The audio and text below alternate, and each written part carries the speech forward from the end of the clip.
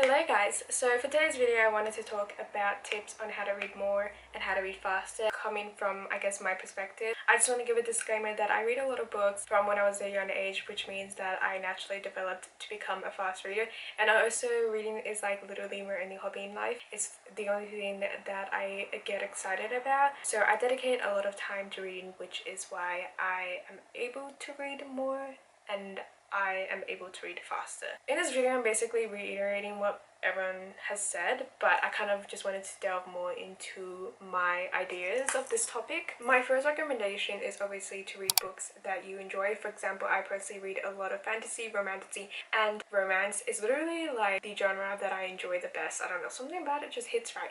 And I personally don't read a lot of thrillers, mysteries, or sci-fi, which is something that I do want to get a little bit more into, but the fantasy romance genre is kind of something that I am more attracted to, which is why a lot of the books that I read end up being in that genre. But obviously the most important thing is picking a genre that you like and exploring that genre, and I think it's very important to I guess decide why you are reading a certain book or what you are reading for. I know a lot of people read like non-fiction, self-help kind of books. I personally don't enjoy them, which is why I don't read them, but I think it is important to realize that reading should be for enjoyment unless you have to do it for school. But when it comes to reading, I think that you should have that feeling and desire of wanting to sit down and read a book and basically consume it, compared to I guess looking at the amount of pages you have left to read, because if that happens and you're reading it slowly as well, that definitely means that you're not enjoying that book.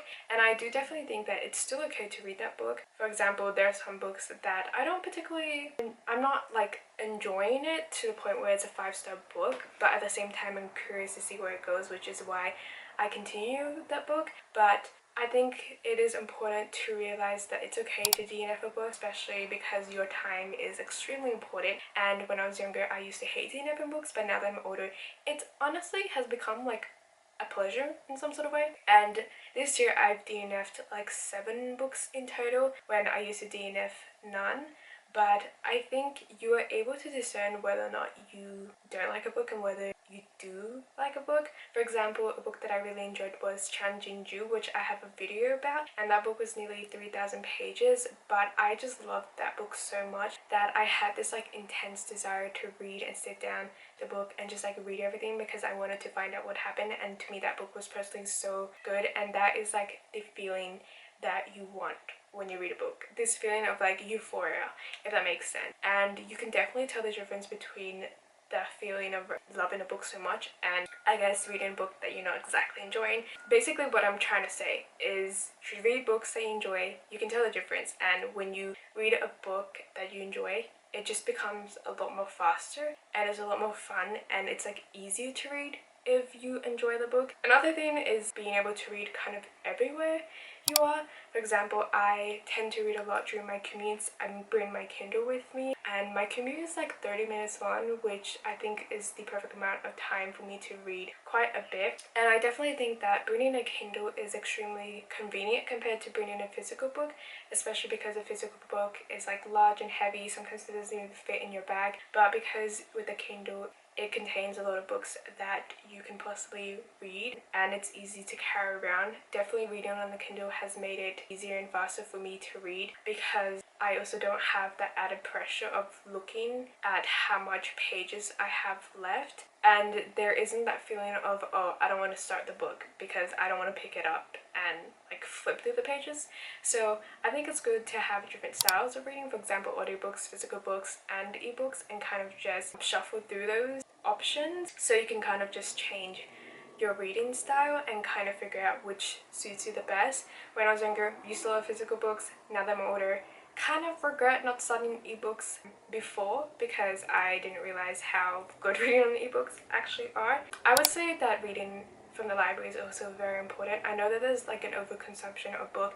I was also trapped in that during my booktube days, and I used to think, oh, I need to buy a lot of books because I want to have like the massive library and everything, and then I ended up regretting it because obviously I spent a lot of money on my books, and now that I have a Kindle, I'm kind of like, oh, it's actually easy for me to read on my Kindle rather than physical books. But I don't want to give those books away because obviously I spent my money on them, and a lot of the books that I ended up buying were my favorite books, so I kind of still want to keep them. But I think it's important that obviously you explore the books that you like, or you buy books that you enjoy and keep them on your shelves, because there were times where I bought books, I didn't exactly enjoy them or would want to reread them, and now I just own them forever. So I think going to the library is a really good option if you like reading physical books to get introduced into different genres or different books. I think that a lot of the books that I actually ended up loving and that has became my favorite were books that I discovered in the library, because obviously they have a lot of different options. They probably have books that you've never heard about,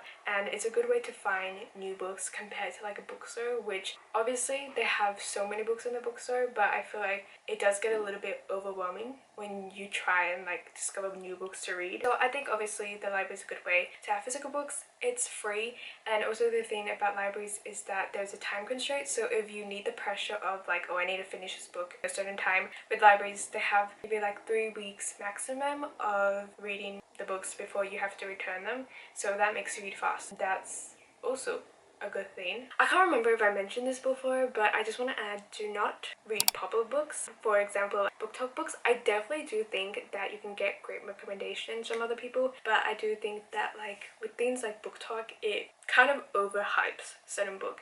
When I used to watch a lot of the older booktubers, I think that they recommended a large amount of like really good books, but it wasn't books where it was so popular that they got overhyped. And the booktubers, I would say, actually recommended books where I personally haven't heard about them, and I haven't heard other booktubers talk about them either, which I think with booktube a lot of people kind of take the popular books and then read them, and then if they really love them they share it with everyone else, which I am also guilty of doing. I think with popular books, don't get swayed by other people's, I guess, opinions. It's okay to not like a book and to like a book. I definitely have found books that I really enjoyed through book talk. For example, The Love Hypothesis and These Violent Delights, even 𝐤𝐤's Guide to Murder. Like, I really enjoyed those series. But there were also books that I discovered that I did not like or just didn't personally suit my taste. For example, Archer's Voice, Babel, Tomorrow and Tomorrow and Tomorrow. Sometimes like it's interesting because I read reviews about them and people will give them like 5 stars,